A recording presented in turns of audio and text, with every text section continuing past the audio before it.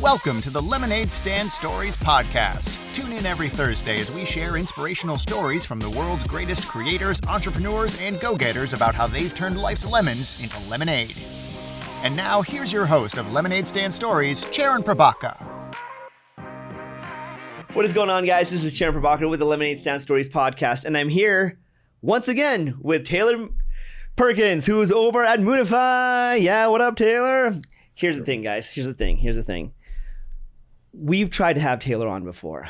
Taylor, remember that experience? Oh, terrible experience. Terrible experience for both of us. We felt that everything that was supposed to go didn't go. Like there was no flow. Just like there's no flow in crypto. Yeah, absolutely. Is that, I don't know. It was rough. It was a little rough. Here's the thing, guys. No, we actually did a podcast with Taylor. Unfortunately, we had some glitches. And so Taylor graciously decided to come back and redo this podcast. And the cool thing was, this actually is a very, very cool thing. So when we had first met Taylor and he had come on the podcast, we'd known each other for maybe like a week. Yeah. Right? And since then, we've actually had a chance to hang out a couple more times, have some conversations. We actually went and saw the premiere of season 3 of The Chosen, which was awesome. What was that experience like for you? Amazing. Absolutely incredible. You know, like you were saying, the first interview, no videos came of it, but what did come was the invite to The Chosen, you know? And so it was just absolutely amazing. I was able to bring my mom. She loved it, got major points. Now I don't have to do a Christmas gift all around. Dude, incredible. Nice work. Yeah. Oh my gosh, that's awesome. No Christmas gift then, because I'm inviting my mom to some event and maybe that can be her Christmas gift from me. Yes. The way us children show love to our mothers, right? Like, yes. Experience. But no, what was also cool, I remember, is you said that your mom didn't even know that she was going to go see The Chosen that night, right? You guys were going to go treat her to dinner or something like that? So I told her. So when you told me, when you invited me, you're like, hey, I have tickets to the premiere. Do you want to come? Yeah. I was like, my mom is going to love this. And so I texted her and I was like, hey, next Friday, mark it off on your calendar. You know, like I want to take you on a little, you know, your Christmas gift. Me and Bergen want to treat you. And she immediately, because she had on the calendar written down The Chosen premiere, was like, oh, are you taking me to The Chosen? And so for that full week, I had to do this elaborate scheme of like, because she's a very picky eater. Smart. Like she's so picky. Like imagine the pickiest eater and then times it by 10. And that is my mom. Fantastic. And so the whole week I was building this thing up where it's like trying to scare her as well, but also it's a gift. So she can't be like, no. Yeah. I was like, we're taking you to a 5-course meal. Somebody really hooked me up with this. And it's like, there is going to be seafood. You're going to have to try things you don't like, but you can't say no because it's like the chef is going to present every plate to us, you know? Yeah, this isn't elaborate. And so my mom is like, hoax. okay, I can do it. Like, it's going to be fine. And then when we were driving down, pulled up to the theater and I'm like, we're just going to The Chosen. Yeah. And she actually started crying. And I think it was because she knew that she wasn't going to have to eat seafood more than the actual gift. Yeah. But both. Yeah. But both. Yeah. But oh man, she was so lovely. Your whole family was so lovely, and Thank it was you. so great to meet them all. And it was just such a beautiful night, right? Like it was incredible. Just such a great show and a good time all around. But no, dude, I'm so glad that you were willing to come back down because I can't get enough hanging out with you. Like guys, honestly, if you're listening or if you're watching this, like Taylor is just a freaking rad dude, and I just love like the stories that you share and the insights that you had. Like I mean, even last time when we were talking about it. It was so amazing. Now we were discussing. So in case you guys don't know, so Taylor is being the CEO of Muunifi. He's already retired. He's figured out how to like just fall in love with the financial markets in a way to like. It's very tough. It's a tough thing to do, you know. And I'm like, and I don't know, like I just think that that's so wise and it's so smart because I never grew up learning about money. Yeah. And I think a lot of people don't. Like there's not real classes like in school or anything that taught me how to like manage money, how to make it work for you. I don't think I had my first job till I was like a junior or senior in high school, and it was like making $7 an hour. Yeah. And that's what I knew, and that was it. But I felt like when I was hearing your story last time, and I'd love to hear it again, all about like how you kind of went into that financial world, because I know you said that you loved it from the get-go. So how did that all kind of come about? Oh man, it's Yeah, it's so interesting because I think back to like what kids are like today, and my initial interest level, which is everybody's when they enter financial markets, investing, whatever it may be, is how can I make the most amount of money for the least amount of effort, right? Like that's and I remember like I was lucky enough where like my family, my dad is the hardest worker I know, the most incredible man. Like you go to any place that he's worked and people are like, oh, you're Mitch's kid. Like your dad's a good dude, right? He has that reputation. He grew up on a farm. And so he's all about like putting in the work, Right. But they've had throughout their life, different situations, markets going up and down, situations with jobs where it's just like, hey, there was a position for you. Now there isn't, we need to move. And so by the time I was, and also family moves, right, where they would come together and he'd be like, hey, this isn't what I really like wanted. Or my mom would say, I want to be closer to family. And so they always put family first with their decisions. But, by the time I was in, I think it was like 9th grade, I had been in 9 different schools or 8 different schools or something like that, which has been an awesome opportunity because you meet a ton of people. But I saw this kind of like traditional world that, you're promised like find a good employer, work your way to the top. They're going to take care of you. And I heard this, like entrepreneurship, these other things like, oh man, that's risky. That's really risky. And I looked at the world and I'm like, man, all of this is risky, like betting on an employer to take care of you for the rest of your life and to fulfill, or get that fulfillment out of it with what you want. That's just as risky. And so found financial markets. Luckily, when we moved back to Utah, had some neighbors that were really successful with real estate investing, different things. And I'm like, okay, there's something here. You click a button and you buy a stock and you just make money. And so I was fascinated, and so junior high, asked all the teachers, everything. There's no resources, whatever it is. None. And this was also like pre-social media. I think like high school, Facebook started getting popular, and so like in high school, there was kind of like a home economics class where I think we spent a week where we saw a video about somebody investing in the markets and making money. And it was like, man, this is fascinating. I want to know more. And it's just kind of like, I don't know what to tell you, like go study it in college. Right. And so ended up going to the university, studied finance and economics. And, it was a solid base, loved my university experience, and like with the utmost respect to everybody involved, because I think there's many reasons that school is important. I felt I'd left there with, it's like, man, I still know nothing. Like, like there's a lot of like ways I should think, how I should view things, but there is no like practical application. Where you go. Here's how you start. Here's where I would recommend you should start as somebody brand new. And so it frustrated me. And I went back to one of these mentors that again was in real estate. And I'm like, there's something here with these financial markets that I'm just so interested in. Right. And I'm like, I have these jobs with, Goldman Sachs, some other investment banks, a private equity firm. And I'm like, where do I go? Because the one thing I also didn't want to do was, for lack of a better, I guess, concept, like sell your soul, work, the 100 hours a week, kind of blur the lines. It didn't really fit with my ethos, but I'm like, but that's the only place to learn is like, you got to do it.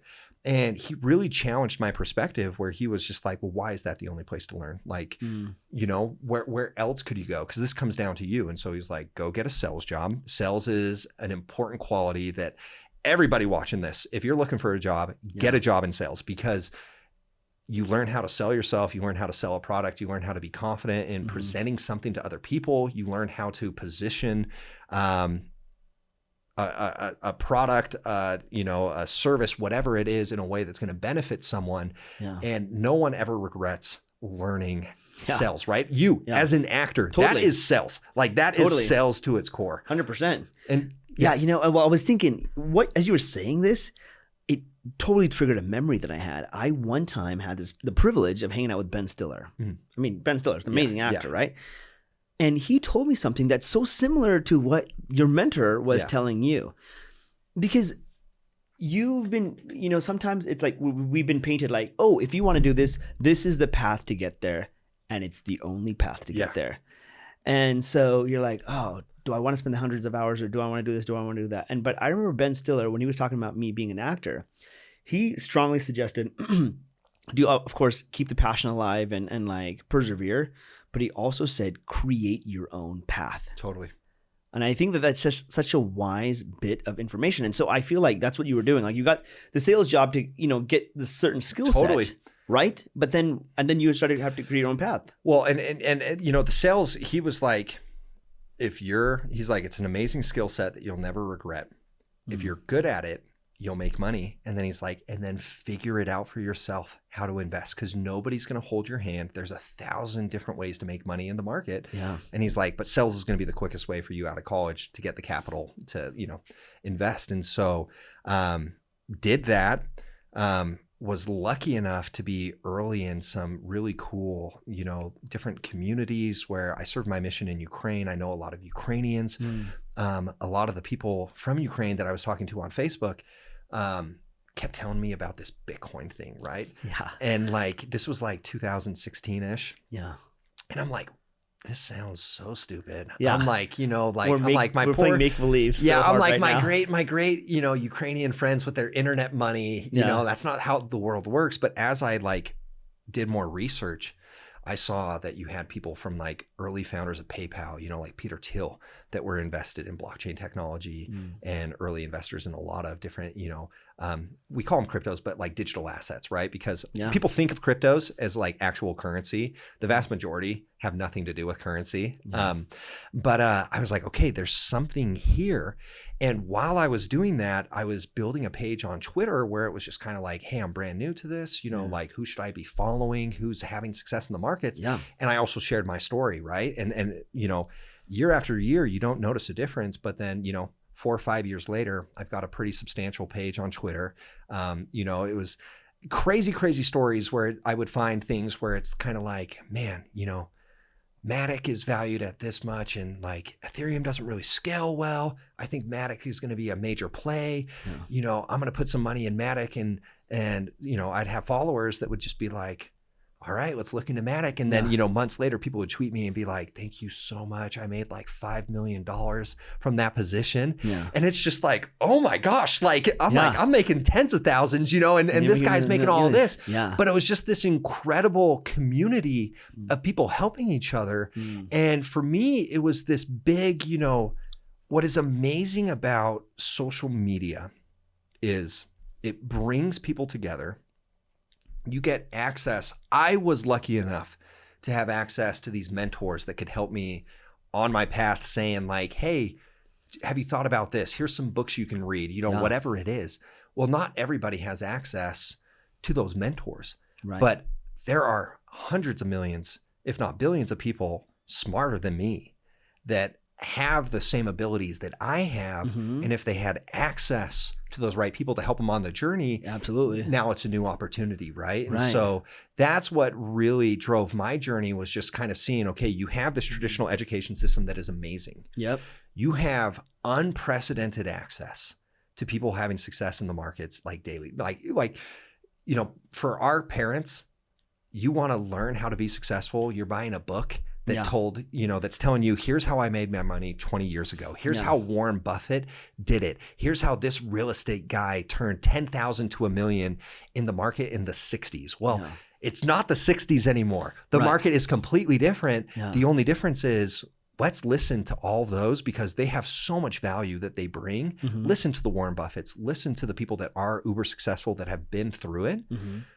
But now we have access to the next Warren Buffett. Yeah. Now we have access to the next Peter Thiel, the next whatever guru. Like, we can see what they're doing right now as they're doing it. Mm. The question is, okay, how do you find that person? Right. How do you know that that's that person? Right. Yeah. And so that's what kind of set up this journey. Man.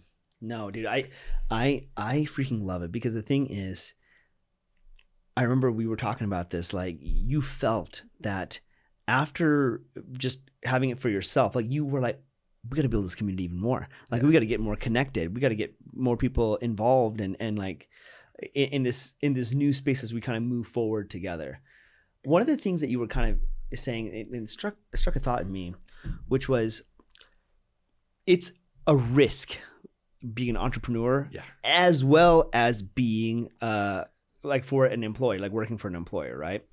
And I remember thinking, well, there were many, many people that lived a very, very quote unquote stable life because they knew where their paycheck was coming from. They knew like if they go there, put in the hours, they're going to get their money, and they would put money in their 401k and it was great, right?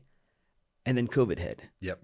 And then many, many people lost their jobs, and many, many people like lost their sense of security, right? And it was a very trying time for people. And I feel sometimes when that happened, I'm like, what if that was a test run? What if that was a test run for something much bigger and much, much crazier? I mean, I don't mean to be conspiratorial over it, but I'm just simply saying that like, hey, we could never have predicted that would have happened, and it did. Yeah, right? there's an incredible book called The Zurich Axioms, and basically they just talk about how the Swiss have no major export, but what the Swiss know is banking. And they've developed these axioms where basically they have 12 rules for risk management, how to look at investments, whatever it is. And I think they can be applied throughout life. And one of the axioms talks about, beware the historian's trap, right? Where it's like, here's how things have functioned in the past. Yeah. So we can deduct it's going to function like that in the future, right? Yeah. And so many times when people talk about risk, being an entrepreneur, being an actor, chasing your dreams, whatever it is, you're basing the safe side on the assumption that everything is going to continue as it has before, right? And what COVID showed us is like, you can't predict the future. You can have an idea of where the future is going, but truly it's unpredictable. Now, people are cyclical. History repeats itself. There's a lot of different things, and that goes into investment, right? Like you can see patterns and you can predict things, but nothing ever in life has 100% certainty.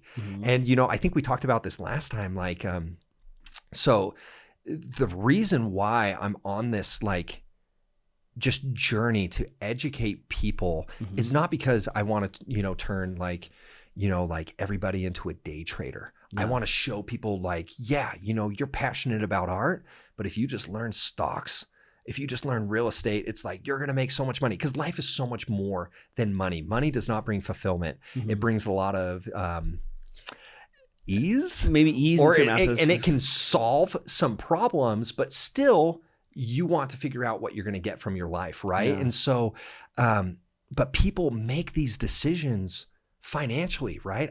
You go to any high school right now and they have a career fair and you're talking to the kids, what do you want to do in the future?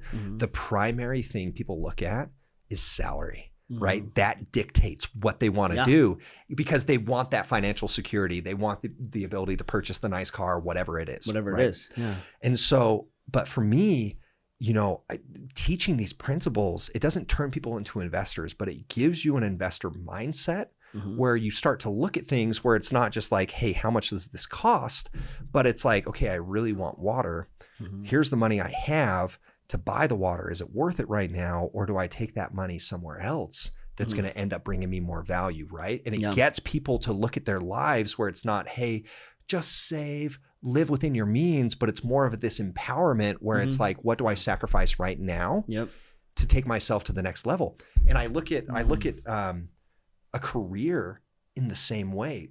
Is it risky for you to chase being an actor and taking that gamble, right? Or taking a job at something you don't necessarily love, but the pay is good? And most likely you're going to be there for 40 years, the best years of your life, right? Yeah. Only to retire and hopefully have enough money that you can live the 16 on average of some of the worst years of your life, not having to work, right? And when you look at it from that frame of mind, well, is it riskier to stay at somewhere that you hate and just go through that doing that same monotonous thing to collect a paycheck?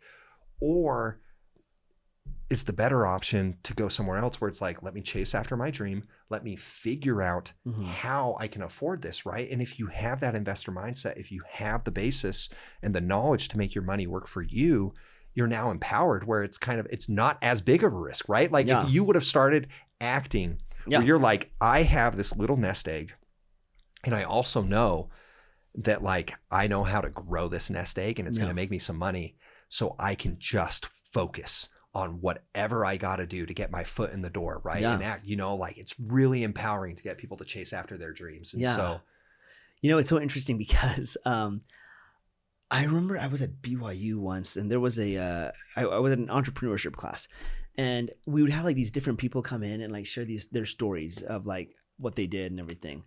And one of the guys that stuck out to me, I forgot his name, but I remember he was saying, he's like, hey, I flip burgers for a living. Everyone's like, oh, okay, that's interesting, And he's like, oh, but no, you don't understand. Like, I really love flipping burgers for a living.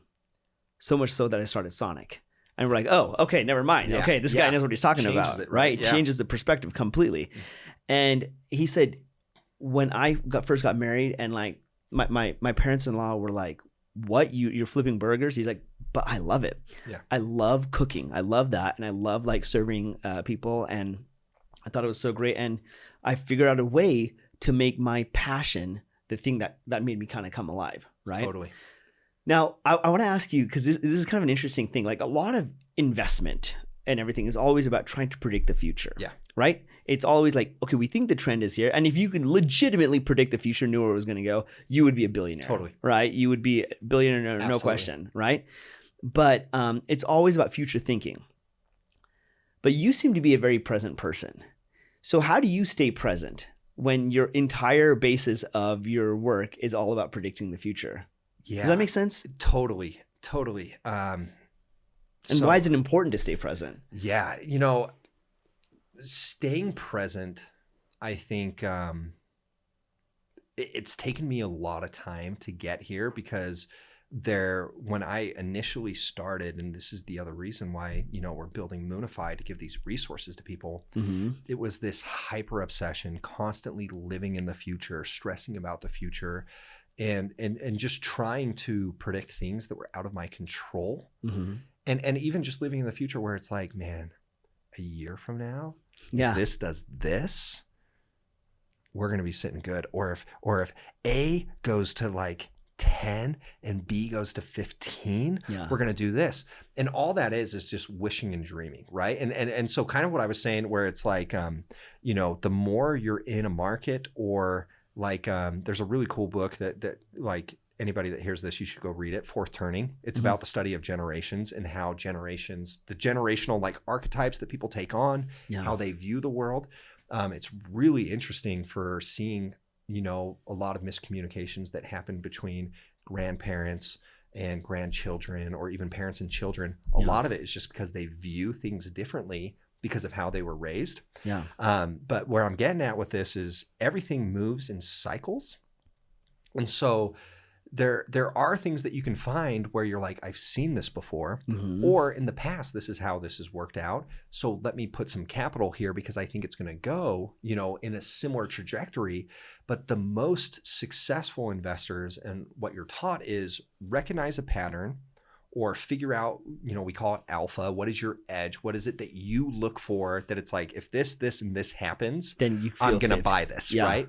The most successful investors I know have clearly defined alpha and they can recognize when their alpha is wrong, right? Mm-hmm. And so it turns from this where it's not this like, where are we going in the future? But what am I seeing right now that is contradictory to what I thought it was a week ago, right? Yeah. Where, because people were taught, and this is like the hardest thing to learn. You can hear it 1,000 times and knowing it versus doing it is completely different.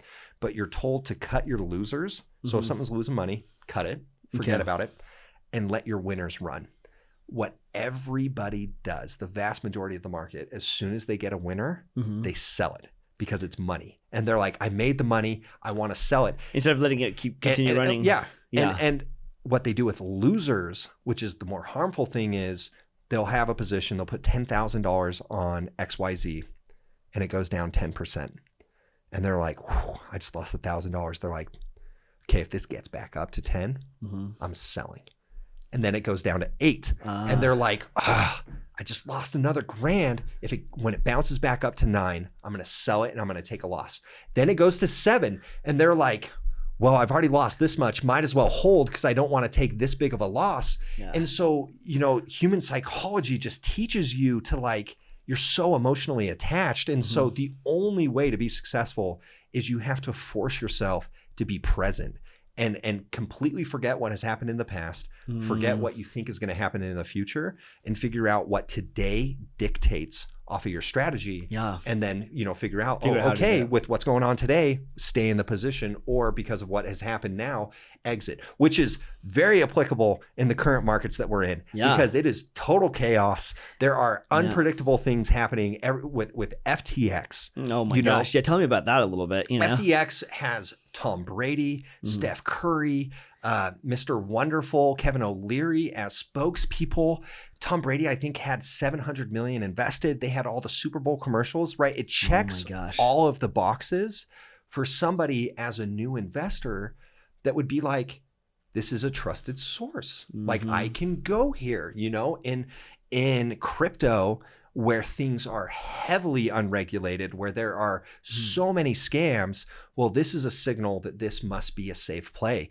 And because so many people were there. Yeah. So many people were there, right? And so many people were duped, didn't know what was going on, were scammed, right? And it's just one of those things where, take the human element out of it, take the emotional response, like, how is this kid not in prison? Like, this is terrible. People have lost all this money, whatever it is. Yeah. As an investor, you have to like look at things like, for me, when that was happening with FTX, right? It's like you have chaos in a market. This is probably going to bring some regulatory eyes, which is going to bring more chaos. I think regulation in a lot of ways is a good thing because it brings a framework that people have to operate within, and it brings protections. Good regulation. There is very poor regulation. Sure. But it's like, okay, well, all of these things that are coming are probably going to drive price down further, right?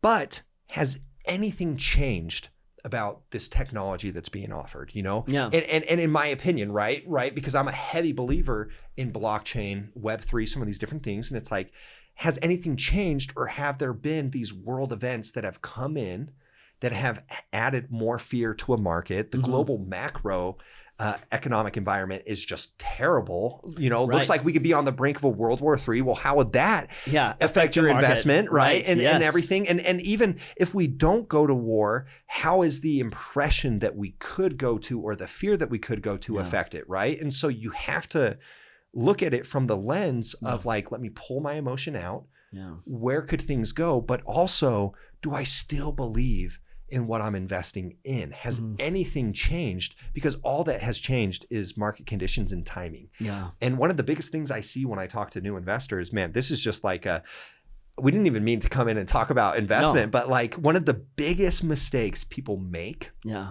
is they think the market is efficient, right? So if the market is telling you that Tesla is worth $100 billion, you look at it as, is Tesla a $100 billion company? But truly, the market is inefficient.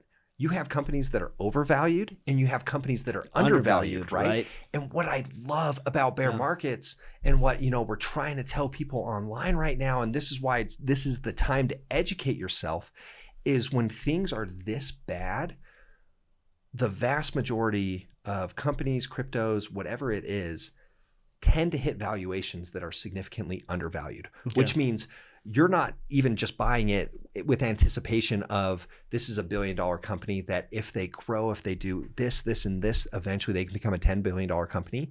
There's a lot of companies that are valued at $1 billion that are worth 15 billion, that are worth 20 billion. I can't remember who it was, and I don't like to give out specifics, but I was looking at some stocks where their valuation was lower than the cash they had on hand in the bank. Wow. You had a company that was worth 500 million that had $1.8 billion in the bank, right? How does that even work? Which it's like, this is a no-brainer, right? And that's where, going back to your question, being present, you have to identify, you have to know what to look for. And that's the biggest issue is most people most retail that enters the market does not have the fundamental knowledge base to pull away from the chaos and be like, okay, let me go through my 10-step emergency plan. Has this changed? Has this changed? Has this? No.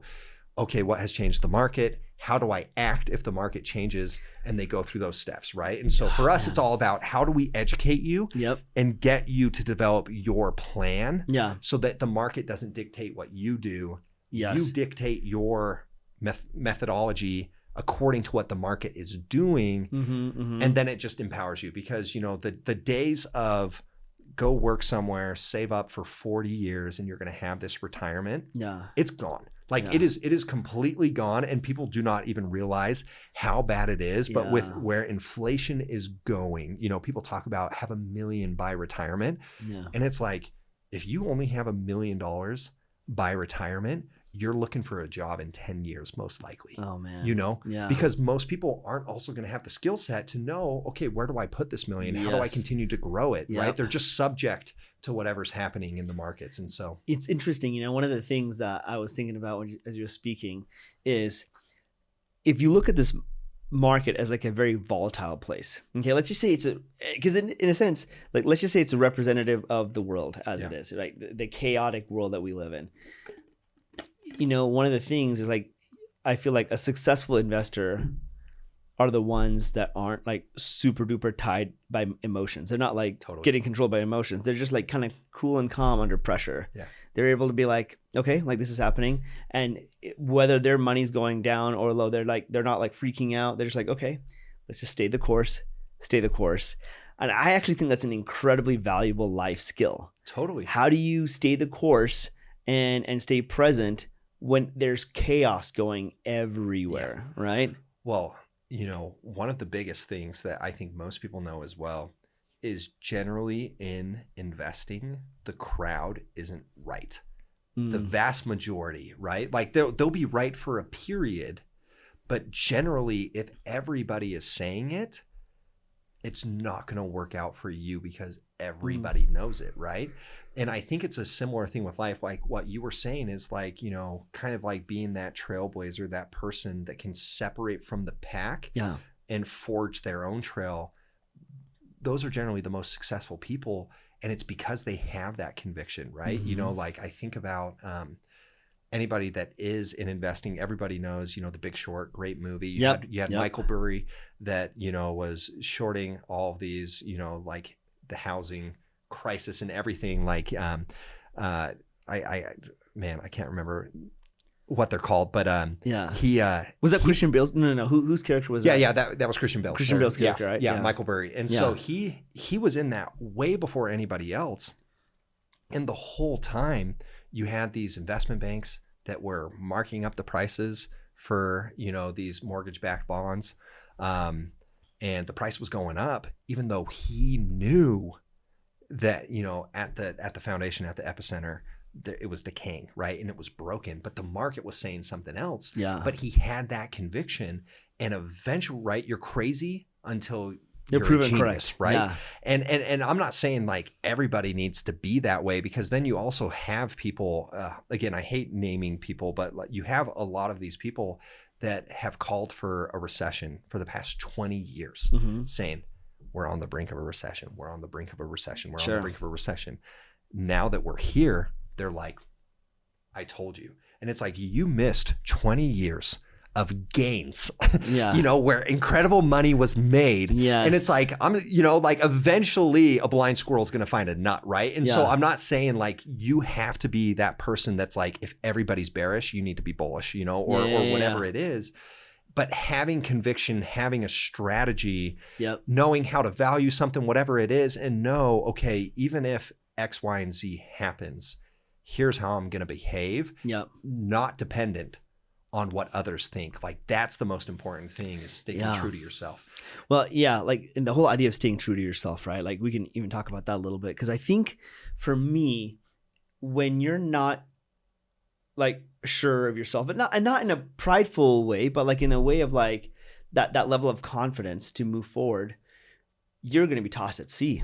Totally. You're gonna be like just thrown around everywhere you go, Absolutely. you know. And then people are like, oh, I'm scared of the markets and yada yada yada. I want to get out of here. But I honestly think, I mean, just making that connection, like I honestly think being in the markets is actually a really cool place for us to develop psychologically, you know, Totally. because we are now being faced with things that could like really sway us one way or the other and like pull us a certain way or pull us the other.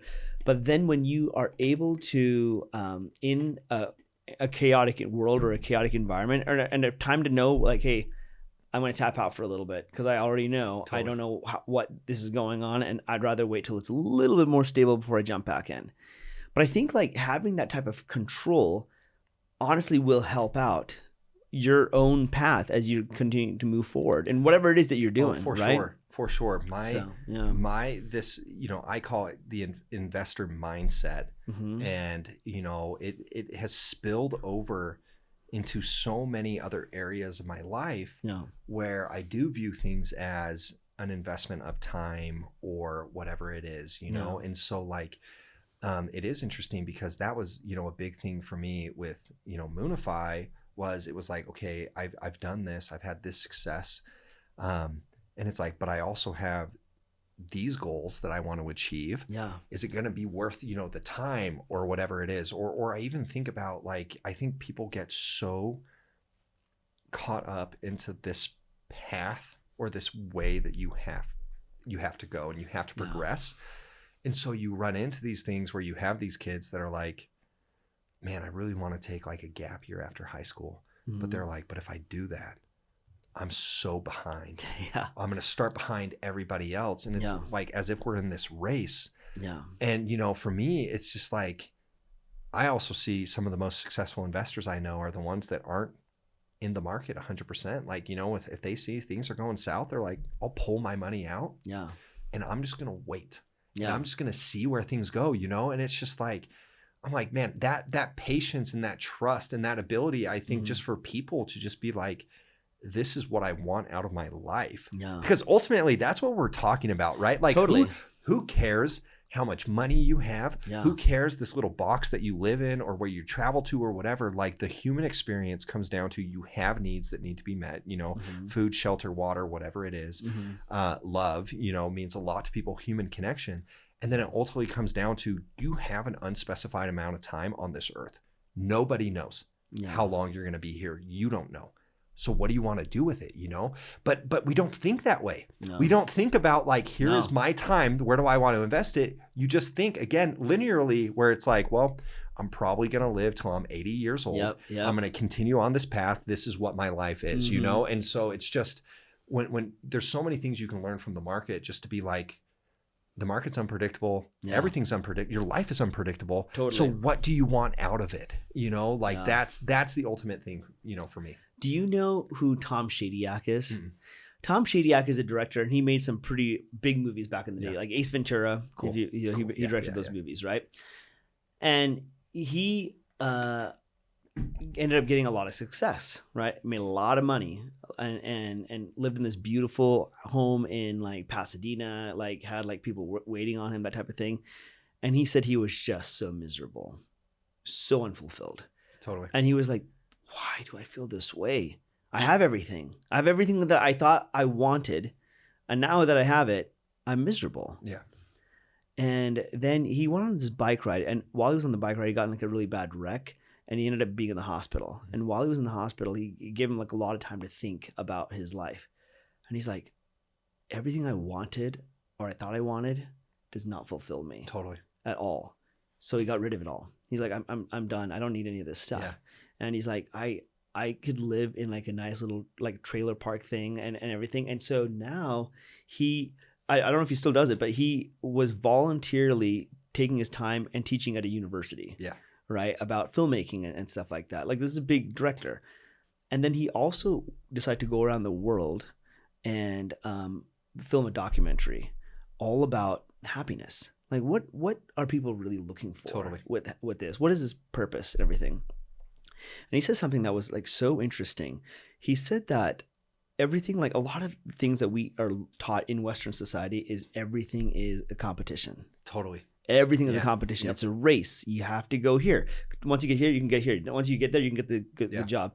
But then he said, but in all honesty, the happiest people weren't the ones that were in competition. They were the ones that were in cooperation. Yeah. They worked together. Yep. They built communities together. Yep. And that allowed them to have this intrinsic level of joy and happiness that those that were in competition weren't getting. Totally. Right. And so I think that might be one of the reasons why I kind of like the crypto space, because it's like you were saying, hey, we're all trying to help each other out. We're all trying to help each other grow and all this stuff, right? Oh, it's definitely like with any emerging market, I want to be very clear, especially in crypto. It's like, equal and opposite, where on the one hand, you have some of the smartest people in the world that truly want to benefit the world, bring technology that's going to help people level the playing field, bring opportunities to those that didn't previously have them. Yeah. And then on the other end, you have people that just want to like scam, get easy money, manipulate, like they both exist. And so it's not, this utilitarian like society. There's a lot of things that I don't like about the space. But it's fascinating. So it's really interesting to me because I think we're taught indirectly in the education system that like lack of money leads to problems, stress, whatever it is, right? Because the only way to be happy, especially because we live in like a consumer society, is not only what are you consuming, but comparatively to everybody else. Right? Like how much are you consuming? It's like, it's not enough to be able to afford a car. But like if you're in a G-Wagon, it's like that says something, right? Because you're getting value from like, I'm an important person. I drive a G-Wagon. I'm important because somebody values my time enough to pay me enough money to drive a G-Wagon. Right? Yeah. And what most people find as they make money is they're just like, oh, this doesn't give me the happiness. And that's why you run into these, millionaires and billionaires that keep chasing, that keep doing something, these people that have to be on social media that have all the money in the world. And it's like, they don't care about the money. They care about perceived importance. They care about how does the world view them, interacting, whatever. Everyone has something that they want, and for better or for worse, there's some form of value that you derive from your actions, and money generally does not bring that value, or as soon as you have it, it doesn't bring the value that you thought it had. Yeah. And it's, it's interesting to me because I can't remember who said this. There's a book called As a Man Thinketh, very thick. Yeah. Amazing. But I think there's a quote in there that talks about the path of least resistance is what makes men and rivers crooked. Right. And it's like always looking for the easiest way out, whatever it is, right? It's not going to be this direct line. You're going to find the path to least resistance. And I'm not necessarily saying finding the easy way out makes you a bad person, but there's this weird human psychology behind every successful person that you talk to. You going out to LA, grinding, figuring everything out, getting, those jobs or whatever it is, that refiner's fire, that hardship that you go through, whatever it is, it stinks in the moment. But I'm sure you have memories where you look back and you're like, how much growth came from that, or like, here's the good that came from it. Every successful entrepreneur I talk to, nobody's just like, man, as soon as we hit that $10 billion valuation and I was like, I'm a billionaire.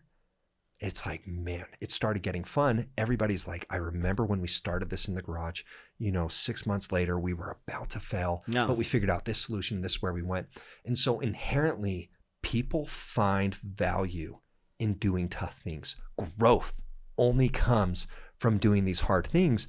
But for some reason, we see anything hard and we're like, I don't want to do it. I'm going to look back on it and I'm going to be happy I did it. It's going to cause me to be a better person, which is going to lead to more opportunities.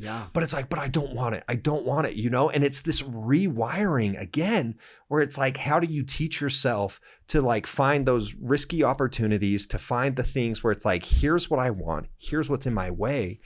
And not get scared of the journey, but have enough confidence to be like, I can make it through this journey, but also be humble enough to be like, okay, at these certain points, if I'm not making it through, where do I find help? How do I get people involved? You know, like the vast majority, I would love to see the numbers of successful entrepreneurs versus someone trying to start a business by themselves versus someone starting something with partners, right? Because being able to share a burden and have that camaraderie is a major thing, you know? And dude, so I remember, like, as you're talking, I'm like, one of the reasons why I like to make movies is because I like to make memories. Yeah. And I'm making memories with my friends. And there was this movie that I made that if you were to say financially, it would have been a total bomb. Like it didn't make any money.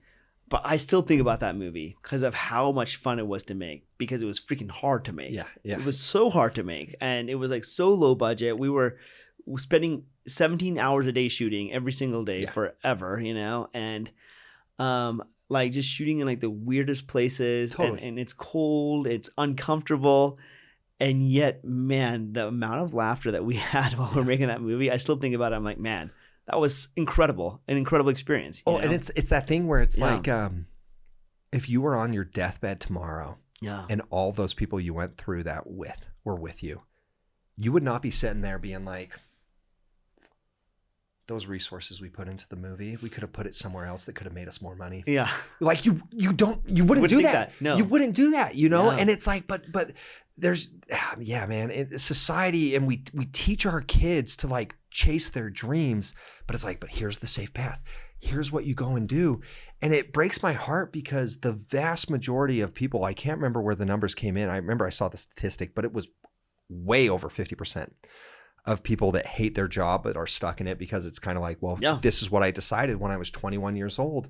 And I started working up this ladder and the bills started getting higher. And so it was kind of like I built my own prison cell where it's like, I can't quit because now I have all these liabilities, but I hate what I'm doing, but this is the only path forward. It's just like, it's not the only path forward. You know, there's always something you can do to take control of your life and to, you know, to enjoy it. And I think one of the ultimate things for me and the reason why we built Muunifi is bringing it back to finance.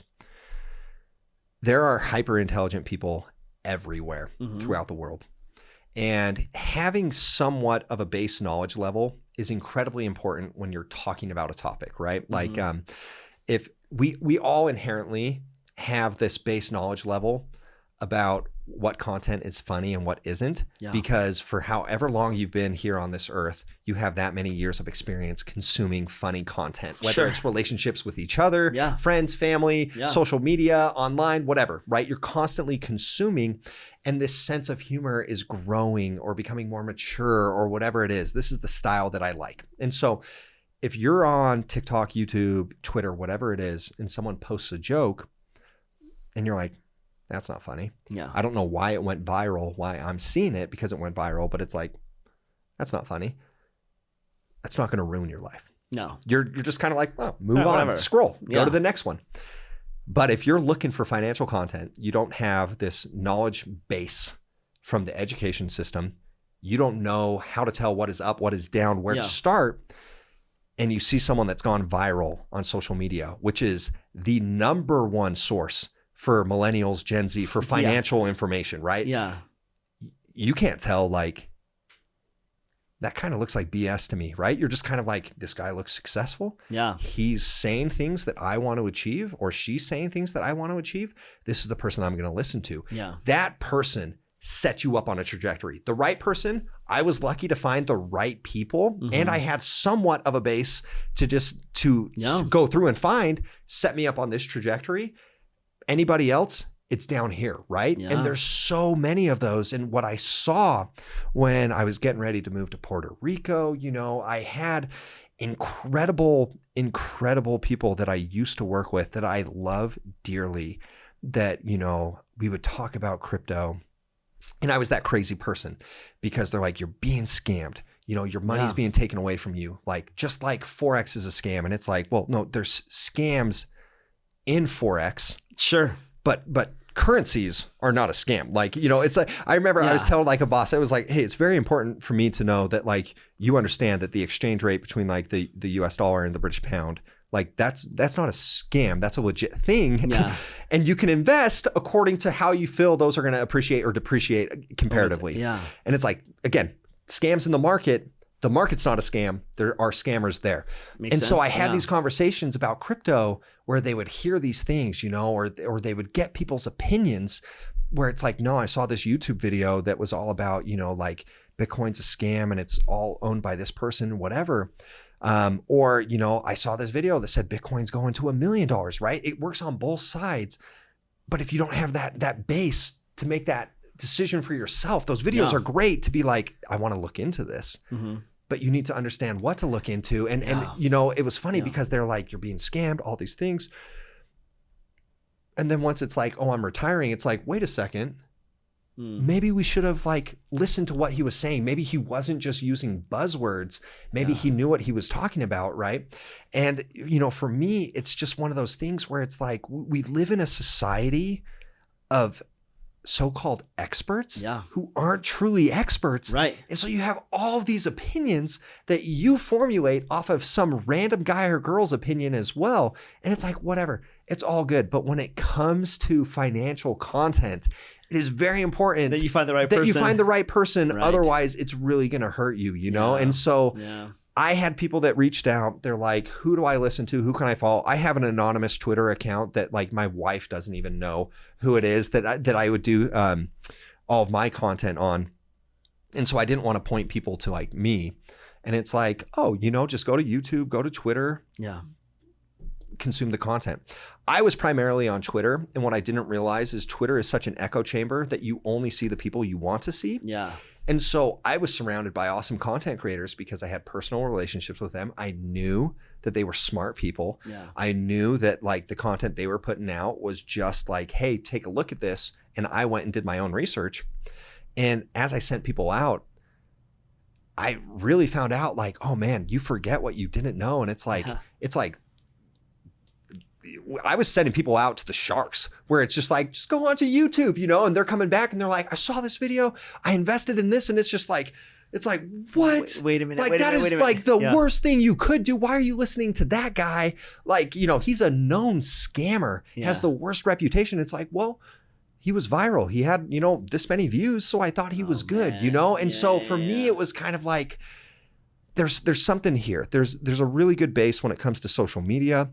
You know, I would argue that a brand new investor could learn more from somebody that turned $10,000 to $1 million versus the voices that we hear right now, where it's the people that manage $1 billion that can turn it into 2 billion, right? Or whatever it is. Very different strategies. And so that's what kind of stimulated Muunifi, where it's like, how do we take this really cool thing with people, direct access, but build a system with a new foundation where it incentivizes quality content, where it pays those top content creators for the content that they're putting out. And as an end product, it brings the easiest environment for somebody new to a market to decipher which route do we want to go. Dude, I love it. I love it. I mean, I'm so excited, and I'm excited to become more a part of the Muunifi community just because I'm like so stoked to learn about all of this. I want to shift topics a little bit. What brings you joy right now? What is your main source of joy right now? So my ultimate joy has always come down to people. So I'm kind of like I guess the best way to explain this is there's like an experiment that like spoke to my heart. I think I mentioned this last time too. But so there was a video that I saw on YouTube. I can't remember who performed the experiment or how many thousands of times they did it, but they had groups of 4 and they played Monopoly. And one person started with multiple dice. And every time they went through Go, they collected twice the amount of money. And so those people always won because they had a distinct advantage, right? And, you know, they observed their behavior and it's like these people with multiple dice, you know, like they're slapping the table, you know, like they're winning the game, they're eating more snacks. And when they were interviewed at the end, more often than not, they would talk about, well, it's my strategy that got me here. You know, it's my hard work. It's whatever. Do they know they had more dice than the other people? Yes. They knew, but they would just talk about where it's just like, yeah, you know, I had more dice, but we all started at 0. But what helped me, because it's like, it's not about, where you land. It's about what you do with it. So if you're going 12 spaces ahead or like 6, it's like, does it matter? Because you still have the opportunity to purchase property. But I was just smarter because this is how I did it quicker. Or I knew these were the valuable properties.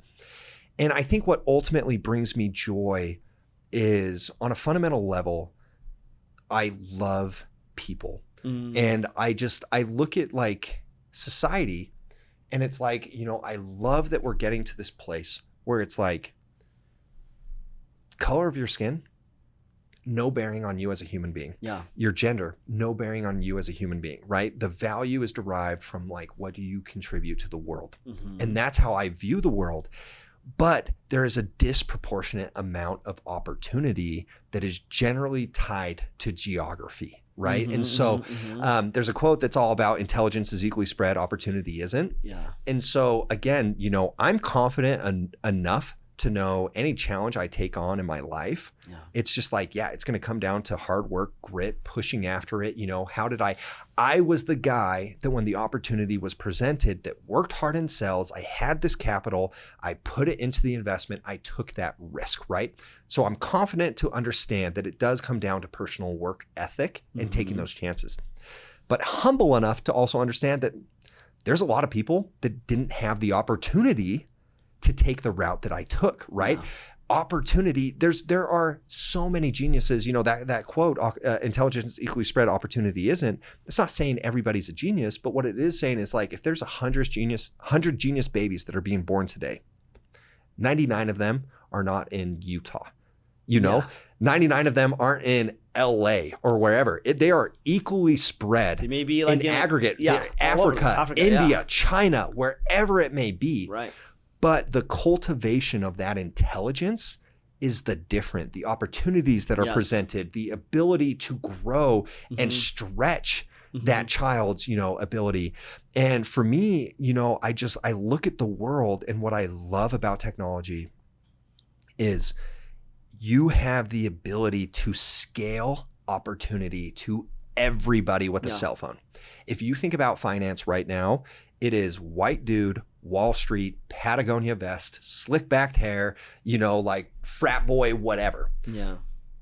In 10 years, when you think about finance, it is going to be stay at home mom. It is going to be all of these, you know, minorities, whatever it is, people that are killing it in the markets, because it's not going to be about geography anymore. It's going to be about what do you know? Yeah. And so that's what ultimately brings me the most joy is figuring out these complex, I guess, solutions to these complex problems, or relatively simple solutions, I should say, where it's kind of like, okay, there needs to be more opportunity in the world. Yeah. And the thing is, it benefits everybody, because if you are smarter than I am, you have this innate ability in financial markets that you haven't recognized yet. Right. I want you on Muunifi. I want you in these markets, because if I can listen to you because you're smarter than me, it's going to put me ahead, right? It is a strategic advantage to get the smartest people in the world somewhere, because we all benefit from it. And so the joy that comes from that is amazing, because it's just, you know, from the ethos standpoint, it's really cool. You know, it's like, how do we get these people involved and helping people on a massive scale? And then I also think, just from a kind of like anarchist point of view, where it's like, tear down the system, let's rebuild something better. That's also a lot of fun. Yeah. But ultimately, it's you know, human connection is the ultimate. You know, when we started this, I look at how unhealthy social media is. I don't think social media in totality is unhealthy. It has unhealthy components. It's a broken system where the only way they can monetize is by selling ads. The way that ads become more valuable is you have to have content that goes viral. Yeah. Generally, the content that goes viral is the most divisive or over-sexualized or whatever it is. Yes. And so for me, it also comes down to like, well, my relationship with my children. You know, I have a daughter that's 5 years old, you know, 3-year-old and a 2-year-old. And it's like, how do I make my contribution to the world to set it up so that when they are 16 years old, you know, when my 2 girls are teenagers, they're not taking, hey, my value from the world is how much of my body I show off or how attractive I am. Like, my value doesn't come down to how I look. It comes down to like my contributions, right? Yeah. Which for me, was something, you know, especially coming from, you know, being I totally get it. Plenty of opportunities. I have not had a hard life. I've had to work for everything I have. But again, all the opportunities were there for me to work for. Yeah. And I can recognize where it's like, oh, I've been relatively privileged. Yeah.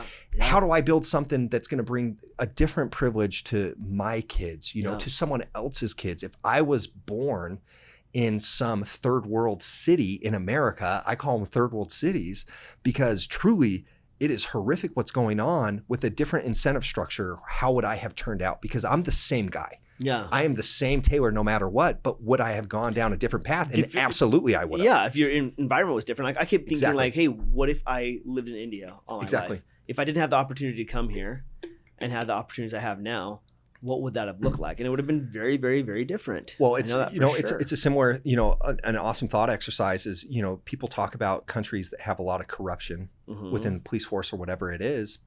I guarantee you, if you took those same policemen or women and put them in a country where there was a different incentive structure, where, you know, that corruption doesn't happen, they would behave in a different way as well, right? Yeah. And so people behave according to their environments. People take in the incentives, they analyze the risk, where do I want to go? And so for us, and what brings me the most joy is it's like, well, let's build a better system that gives that opportunity to everybody. And then it truly does become a market of not who you know to get there, but truly if you have the most drive, if you have that high intelligence, you will get there off of your own merit. Dude, I love it. I love it.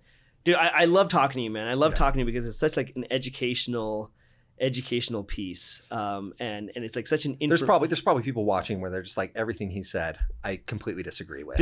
Completely. And it's because you don't have that fundamental knowledge base to understand that I'm BSing, dude. Yeah. I appreciate it. Thank you. I have no knowledge base whatsoever.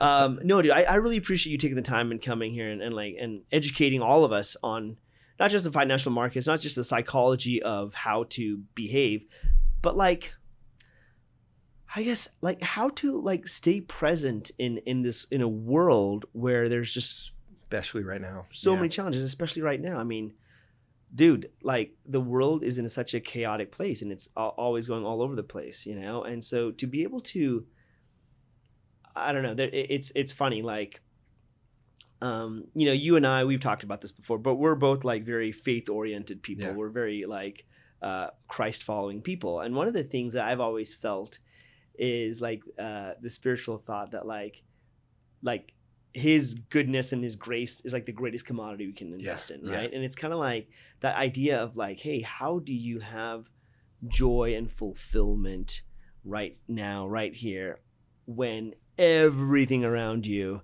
is kind of like falling away at the seams, right?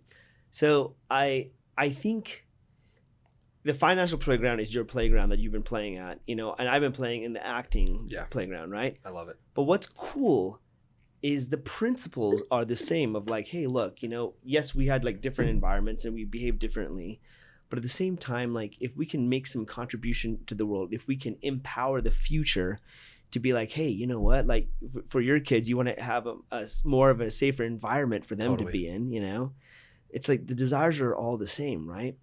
So anyway, I just want to thank you for your work and for what you're doing. Thank you. And like, are there any last things you want to like share? I mean, what you were saying, I think, you know, we talked about finance, investing, the investor mindset, like all of this, because that's the world that I live in, right? I'm hyper obsessed with this world. And ultimately I view this as, here's the tiny area where I have the unique resources. I have the right partners in place. I have incredible partners that are building this with me. 3 co-founders, absolutely amazing people that are, 3 partners that are in it for the same ethos and the same reason. And so we're uniquely positioned to really make a difference.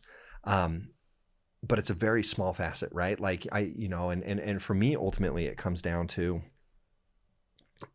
finance is like the financial stress is the number 1 cause of a divorce, broken relationships, suicide, depression. Like it is a major, so I view this as a major epidemic where we need to find a solution. We need to equip people with the right knowledge so that they can have a healthy relationship with money and understand that their value as a human being has nothing to do with their net worth or how much they have in a bank, you know? And that's the toughest thing for me is I see an industry in finance that is overly, man, what's the word I'm looking for? Like they take humans out of the equation, right? Again, we were talking, here's what's going on in the world. Here's all the bad things that are happening. How can I take advantage of the situation with my portfolio? But what you never want to forget is there are people out there right now contemplating, should they kill themselves? Because how much is in their bank account right now and all the stress that's going on. Like these people have families that love them dearly, you know? There's people where it's like financial stress this past year has ruined their relationship that otherwise would be healthy. And it kills me because I think it's easy to disassociate and be like, I made all this money in the market. I'm all good, you know, but it's like, but there are people's lives that are being destroyed. But ultimately what it comes down to is if you have a healthy relationship with money, if you have a healthy outlook, and if you understand, I can get through any situation that's presented, right? It might be tough, but I'm going to get through it. It also equips the next generation, those, you know, the generation before us, whoever's listening to this that's interested, it equips them with the ability to understand like, yeah, this is my life. I'm going to make of it what I want to make of it. And ultimately, you know, for me, I love finance. I love investment. I've stated major issues within that industry. There are people that are just as passionate about education as I am, about safety, about, you know, content creation, whatever it is. And the biggest issue holding those people back is that financial stability to take that chance. And so for me, it's like, if we can build this tool, if we can get them that base, how many more people, how is the world going to benefit when people focus on what they're passionate about versus chasing a check, you know? And so it's not the, like, this is how it's going to solve everything. There's a lot of people that could care less about finance and investment, and they shouldn't, you know, don't force it. If you're not interested, like, you know, the whole idea with our platform is we will make it easy for you to connect with these experts. You can leverage their knowledge. You don't have to become a full-time investor or a day trader. You can get ahead in these markets, but focus on what you want to focus, chase what you want to chase, because there's just so much limited time, man. And you know, I love our discussions. I just think, you know, it's awesome when you have cool people doing cool things that are truly trying to help others. And I truly believe in my heart that the vast majority of human beings want to bring good to the world. They want to take care of. It just comes down to what incentives are presented to them, what situations are they in. And so it's how do you bring new incentives to them? How do you bring a new opportunity? And I love it, dude. Yeah, I think it's so awesome. I appreciate you having me on. Appreciate you for sure, dude. And can't wait to keep working with you. Yeah, absolutely. Thank you. Yeah, thanks, man. Thanks so much for listening to the Lemonade Stand podcast, and we hope you enjoyed this episode. Be sure to subscribe to the podcast on whatever platform you use to be alerted when we release new episodes. We'd also love to hear your feedback in the reviews, and if you or someone you know has an awesome Lemonade Stand story, please reach out to us on social media and let us know. Thanks so much and have a great day.